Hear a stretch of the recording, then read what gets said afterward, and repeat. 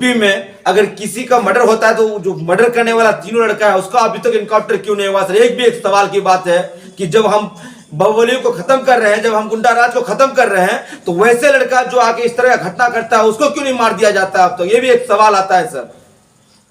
जाप का दामन थामा और आपको जिलाधीश बनाया गया, इसके लिए बहुत बहुत बधाई हो। सर सवाल ये है कि जब जाप का दामन आपने थामा ही, तो उस समय फिर विधानसभा इलेक्शन क्यों लड़े थे ऐसे इंडिपेंडेंट?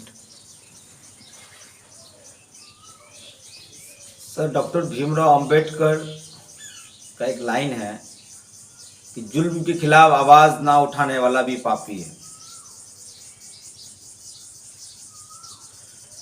2016 में कुछ घटना हुआ, उसके बाद मैं जेल गया, चुनाव नहीं लड़ पाया मुखिया का।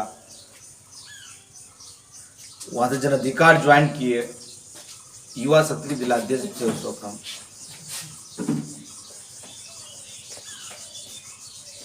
मैं मेहनत करता रहा, नोटबंदी के खिलाफ हो, जीएसटी के खिलाफ हो, दारूबंदी के खिलाफ हो, हाईवे, नेशनल हाईवे, रोड जाम, रेलवे जाम करना पड़ा।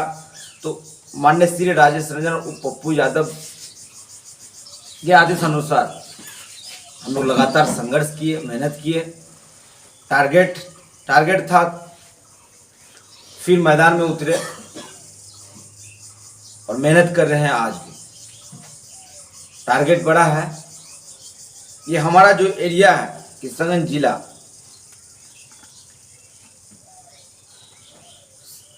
कौल नदी, डॉग नदी, महानंदा नदी, रतुआ नदी, 4 मुख्य नदी, जिसमें हर साल हम लोग लाखों आदमी बेघर होते हैं।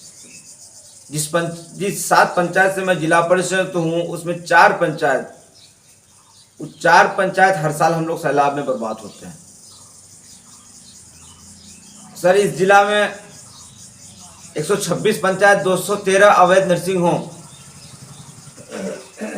हर महीने में हमारे माँ बहनें अवैध नर्सिंग होम में डेट करती है।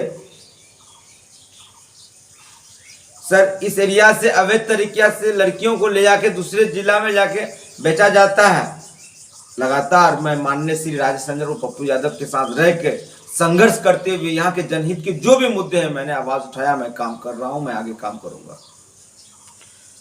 सर सवाल ये है कि 2024 को लेकर के सभी पार्टियां एक जगह आ रही हैं और नीतीश कुमार जी दिल्ली के भी सफ़र में जाते हैं और जगह भी जाते हैं, तो क्या लगता है इस बार राजेश रंजन जी महागठबंधन के साथ रहेंगे या फिर अलग होकर लड़ेंगे? सर बीते 2 दिन पहले फ्राइडे को सर हम पटना में पूरे बिहार के जितने जिलाध्यक्ष थे सभी को लेकर के, प्रखंड अध्यक्ष, पूरी टीम को लेकर के सर वो मीटिंग किए। मीटिंग में एक बात वो महागठबंधन को क्लियर कर दिए कि मैं आपके साथ हूं और हिंदुस्तान में आज की डेट में साथ आने की जरूरत है। कोरोना काल में शहाबुद्दीन का जिस तरह से उनका मौत हुआ, उसका डेड बॉडी को लेकर के सीवान तक लेके आने का जो रास्ता, जो प्रोसेस था, यहाँ से किसी ने खड़ा नहीं हुआ। उसी में से एक सिंगल पर्सन श्री राजेश रंजन और पप्पू यादव माननीय सांसद मधेपुरा, वो चिल्लाते रहे, बोलते रहे और आज तक बोल रहे हैं। कल जो घटना हुआ यूपी में अतीक अहमद के साथ, पूर्व सांसद, पूर्व विधायक रहे हैं, उनके भाई विधायक रहे हैं, वैसे के साथ इस तरह का कोई बात हो रहा है, इतनी बड़ी घटना हो गई, उसमें भी अगर सबसे पहले बिहार से कोई आवाज उठाए तो वो BBC न्यूज में भी चला। हम लोग संघर्ष कर रहे हैं और एकता आने की जरूरत है। हिंदुस्तान में आज की डेट में जो 2011 के जनगणना के हिसाब से जो बात हो रही है, हम लोग सभी देख रहे हैं कि हिंदुस्तान में जितने भी मजबूत लीडर हैं, बाहुबली लीडर रहे, इन लोगों को बर्बाद करना, इन लोगों को खत्म करना शुरू कर दिया है।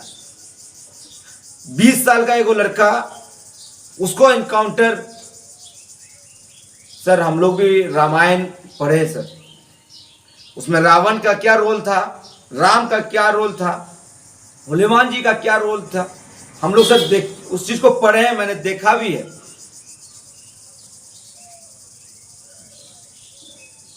हिंदुस्तान में 95% आदमी के घर में टीवी देखना छोड़ दिए। सर ये नौबत क्यों आ रहा है? सर न्यूज चैनल ऑन किए तो ऐसा बात चलता है कि वो आरएसएस से जुड़ा हुआ लगता है, ऐसा बात होती है सर। सर हिंदुस्तान में एकता लाने की बहुत जरूरत है। जो काम करते हैं अरविंद केजरीवाल जो काम करते हैं उसको सीबीआई वाला अलग परेशान।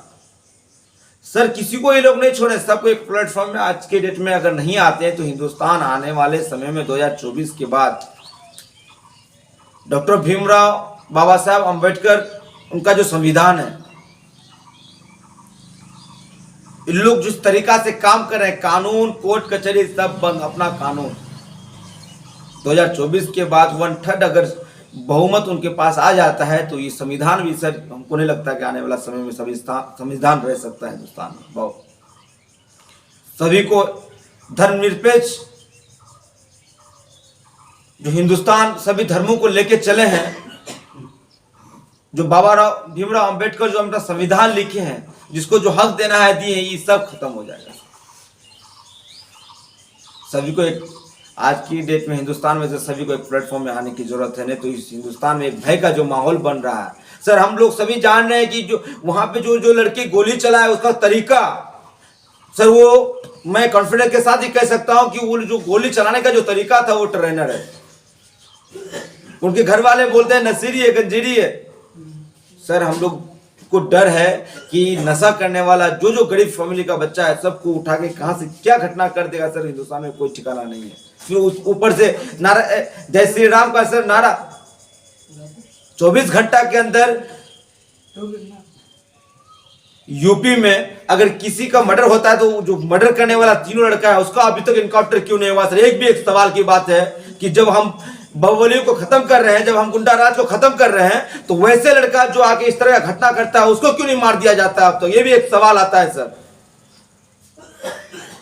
हिंदुस्तान में सर अब बोलने वाला क्यों नहीं। आजम खान वहीं यूपी से वो जेल से निकल के एक ही लाइन बोलते हैं कि मैं अब अंधा हो गया हूं, मुझे अब कुछ दिखाई नहीं दे रहा, मैं कुछ नहीं बोल सकता हूं। इसका सर क्या मतलब हो सकता है। एक बाहुबली विधायक, एक अच्छे विधायक, एक पॉलिटिकल विधायक, एक एजुकेशन से जुड़ा हुआ विधायक, जहां पे 5 लाख से एवं डॉक्टर बने इसके हॉस्पिटल में, वैसे लीडर बिहार की इस तरह का भाषा बोलने का मतलब क्या है सर।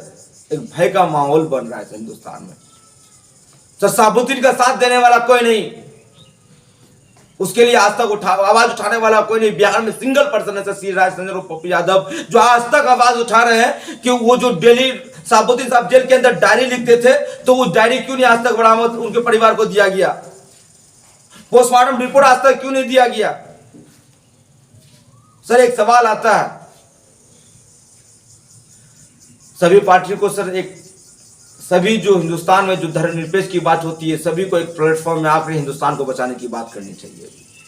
सर बात करें अवैध नर्सिंग होम की, आपने भी बताया 200 से अधिक यहाँ पे अवैध नर्सिंग होम चल रहा है और जिसको लेकर के आपने कई बार आवाज़ भी उठाया है। और ऐसे में कल आपके एक ही जिला पार्षद के साथ मारपीट भी हुआ है अवैध नर्सिंग होम वाले के साथ। तो ऐसे में क्या कुछ कर रहे हैं आप लोग अवैध नर्सिंग होम को लेकर और इसको संरक्षण कौन दे रहा है। सर सबसे पहली बात, अवैध नर्सिंग होम को जिला अध्यक्ष कौन है हम लोग वो भी जान रहे हैं। मैंने कई बार अवैध नर्सिंग होम के खिलाफ रोड जाम किया, प्रदर्शन किया, जेल गया, थाना गया, कोर्ट कचहरी गया, वार्निंग दिया हमको जान से मारने का। सर ये लोग पैसा जो कमाते हैं ना सर नाजायज, इन लोग का बहुत गर्म है। इन लोग को ठंडा करने का तरीका है, ठंडा किया जाएगा सर। हम लोग ईद के बाद हम लोग इसको अच्छे रूप में पूरी टीम हम लोग का तैयार हो रही है। उसके बाद हम लोग अवैध नर्सिंग के खिलाफ हम लोग लगातार धरना कर रहे हैं, प्रदर्शन करेंगे। जितने अवैध नर्सिंग होम है इसको खत्म करवाएंगे। कुछ नाम आ रहा है बिहाइंड द वॉल, कौन कौन इसको प्रोटेक्शन देते हैं, किसके पास पैसा जाता है। वैसे कई ऐसे डॉक्टर हैं जिसके पास सर्टिफिकेट नहीं है, वो सर्जरी कर रहे हैं। इन लोगों का पर्दाफाश करने जा रहे हैं हम लोग बहुत जल्द। ठीक है।